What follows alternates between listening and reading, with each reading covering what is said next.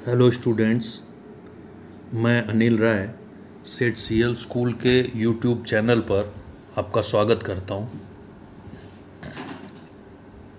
आज इस वीडियो में हम लोग 12th स्टैंडर्ड इंग्लिश में यूनिट 4 रीड 1, जिसका टाइटल आप देख सकते हो द एडजस्टमेंट है, उसको देखेंगे।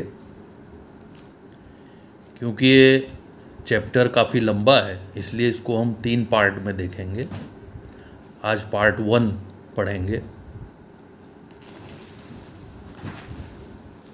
यहाँ पर इस चैप्टर में इसके जो राइटर हैं या नैरेटर कह सकते हो, जो कहानी कहते हैं, गुलजार, आप लोगों ने नाम सुना होगा, गीतकार हैं जो फिल्म इंडस्ट्री में, उनके द्वारा लिखा गया ये जो है चैप्टर कह सकते हो या बताई हुई कहानी है ये उनकी। इसमें उन्होंने अपने नाना और नानी के बारे में बताया है, उनके जीवन के बारे में। उनके नाना की उम्र लगभग 85 साल की थी और उनके नानी के साथ जो है वो अपना जीवन किस प्रकार से उन्होंने बिताया इतने समय तक, उसके बारे में चर्चा है। इन दोनों में आपस में हमेशा छोटी छोटी बातों पे जो है झगड़े होते रहते थे, लेकिन एक दूसरे के प्रति इन्हें आपस में बहुत लगाव था इनको। कई बार आपस में झगड़ा होने के बाद ये लोग कई दिनों तक आपस में बातें नहीं करते थे और दूसरे लोगों को बीच में पढ़ करके उन्हें समझाना पड़ता था। गुस्से में नानी कई बार नाना को कहती थी कि अभी तुम्हें मेरी कद्र नहीं है, लेकिन जब मैं नहीं रहूँगी तब तुम्हें जो है मेरी कीमत का एहसास होगा। तो नाना कहते थे कि मैं तुमसे बड़ा हूँ, मेरी उम्र ज़्यादा है, इसलिए मैं तुमसे पहले जो है मरूंगा। लेकिन होता ये है कि नानी की मृत्यु जो है नाना से पहले हो जाती है। उनकी मृत्यु का उन पर बहुत ही गहरा प्रभाव पड़ता है। वो ये मान नहीं पाते कि नानी अब दुनिया में नहीं रही और उन्हें इतना आघात लगता है कि मानो नानी की आत्मा उनके अंदर आ गई हो और वो नानी की तरह ही उन्होंने व्यवहार करना शुरू कर दिया। और अंत में ये पोजीशन आ जाती है कि वो नानी की तरह बोलना, उनकी तरह काम करना, और यहाँ तक कि अंत में वो उनके कपड़े भी पहनने लगते हैं, लेडीज़ वाले। तो ये शॉर्ट में मैंने कहानी के बारे में आपको बताया। अब हम स्टोरी को देखें उससे पहले कुछ हार्ड वर्ड्स हैं, आप सामने देख सकते हो। इन कठिन शब्दों के अर्थ देखेंगे हम। पहला शब्द है इसमें फ्यूनरल, यानी मृत्यु के बाद जो अंतिम विधि, अंतिम संस्कार होता है, उसको फ्यूनरल कहते हैं। विस्पर यानी धीमी आवाज़ में बात करना, बोलना। बियर, यहाँ पर मृत्यु के बाद जिस सैया पर लोगों को लिटाते हैं, सीढ़ी जैसा जो भाग होता है, उसको अर्थी कहते हैं। बियर यानी अर्थी। रेडिएंट, रेडिएंट यानी प्रसन्नचित, खुशखुशाल। ग्रम्बल यानी क्रोधित होना या गुर्राना। इंटरवीन यानी दखल देना। क्विप यानी ताना मारना। रिप्रिमांड यानी डांटना। प्रोवोक उत्तेजित करना। बियर सहन करना। हुश आउट, हुश आउट यानी धीरे से बोलना। एरोगेंटली यानी घमंड से। और स्टेप मदर यानी सौतेली माँ। तो ये पार्ट 1 में हम जितना पैराग्राफ देखेंगे उसमें ये कुछ हार्ड वर्ड्स थे, ये हमने देखे। अब आगे हम कहानी को देखते हैं, द एडजस्टमेंट।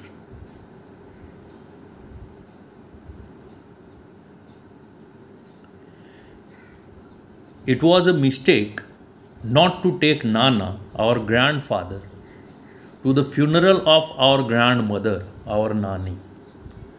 जो राइटर हैं गुलजार, वो कहते हैं कि ये हमारी गलती थी कि हम अपने नाना को हमारी नानी के अंतिम विधि में नहीं ले जा सके।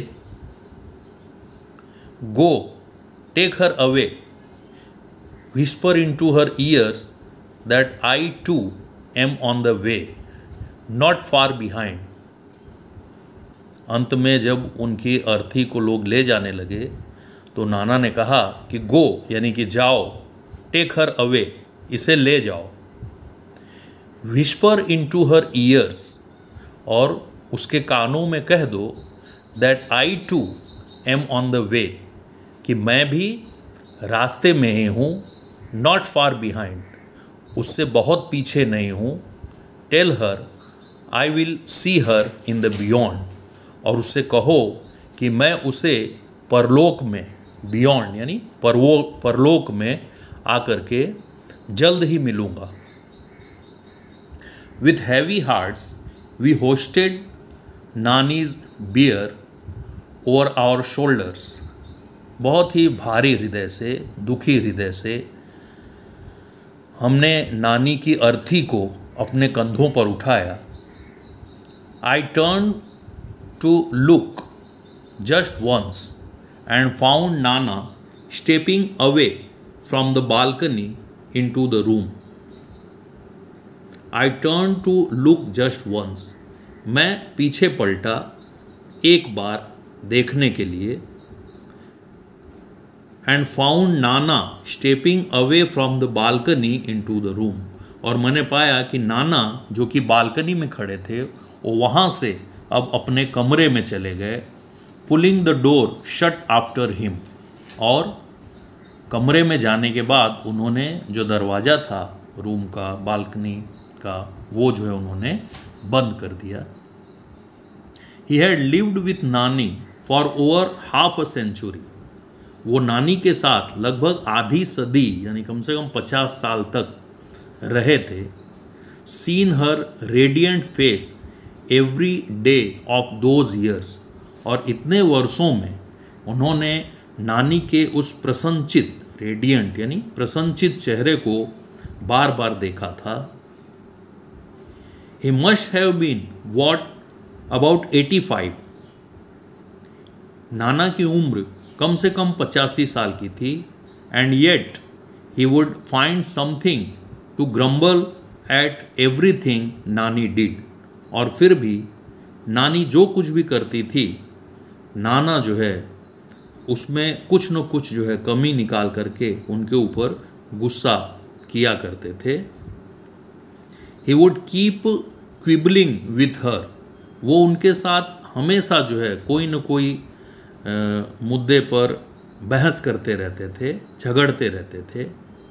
As if they were two people who had just married in the first flush of love, ऐसा लगता था जैसे कि ये वे दो लोग हैं जो पहली ही बार प्रेम में पड़े हों और अभी अभी जो है उनकी शादी हुई हो। लव एट फर्स्ट साइट जिसको कहते हैं कि पहली बार मुलाकात हुई, प्रेम हो गया और शादी कर ली। And we're still discovering each other, और अभी भी एक दूसरे को वो समझने की, ढूंढने की कोशिश कर रहे हों, ऐसा लगता था। At times a petty quarrel would push them into long silence, कभी कभी कोई झगड़ा जो है, उनका आपसी झगड़ा उन्हें लंबे समय तक शांत कर देता था, यानी वे दोनों एक दूसरे से बातें करना बंद कर देते थे। They would stop talking to each other for days together, कई दिनों तक वो एक दूसरे से बातें करना बंद कर देते थे। When we would try to intervene all nana would quip, और जब हम उनके बीच में दखल देने की, मध्यस्थी करने की, उन्हें समझाने की कोशिश करते थे तो नाना जो है टोन मारते थे, नाना ताना मारते थे कि it happens son, it happens, it takes time to adjust to each other. ऐसा होता है बच्चों, ऐसा होता है, एक दूसरे को समझने में समय लगता है। आगे का पैराग्राफ देखें। It was fun listening to him talk. उनकी बातें सुनना जो है वो बहुत ही आनंददायक लगता था। मदर वुड ऑलवेज रिप्रिमांड अस। हमारी माँ जो थी वो हमेशा हमें डांटती रहती थी कि यू पीपल प्रोवोक हिम। तुम लोग जो है उनको क्रोधित करते हो, नाना को। And my mother has to bear the brunt. और मेरी माँ को, तो हमारे माँ की माँ यानी नानी को जो है उसका परिणाम भुगतना पड़ता था। हर मदर मीन्स आवर नानी। हमारे माँ की माँ मतलब हमारी नानी को नाना क्रोधित होते थे तो उसका परिणाम, अपना गुस्सा जो है वो नानी पर उतारते थे। एंड नानी would whoosh out a few words together from her Toothless mouth. और नानी जो है अपने बिना दांतों वाले मुंह से कुछ शब्द धीरे से जो है बोलती थी और कहती थी कि be grateful that I gave you 2 ग्रैंडसन्स। मेरा आभार मानो कि मैंने तुम्हें 2 पोते दिए। Now for the love of God just shut up. और अब जो है भगवान के लिए चुप हो जाओ। My brother and I were at a very young impressionable age. मैं और मेरा भाई हम दोनों बहुत ही छोटे थे, कम उम्र के थे। When our father married a second time. उस वक्त हमारे पिता ने दूसरी शादी कर ली थी। He would often arrogantly parade into the house with his new wife. और वो अपनी नई पत्नी के साथ जो है घर में हमेशा घमंड के साथ जो है चलते थे। Mother was helpless. हमारी माँ जो थी वो बहुत असहाय थी, वो कुछ नहीं कर पा रही थी।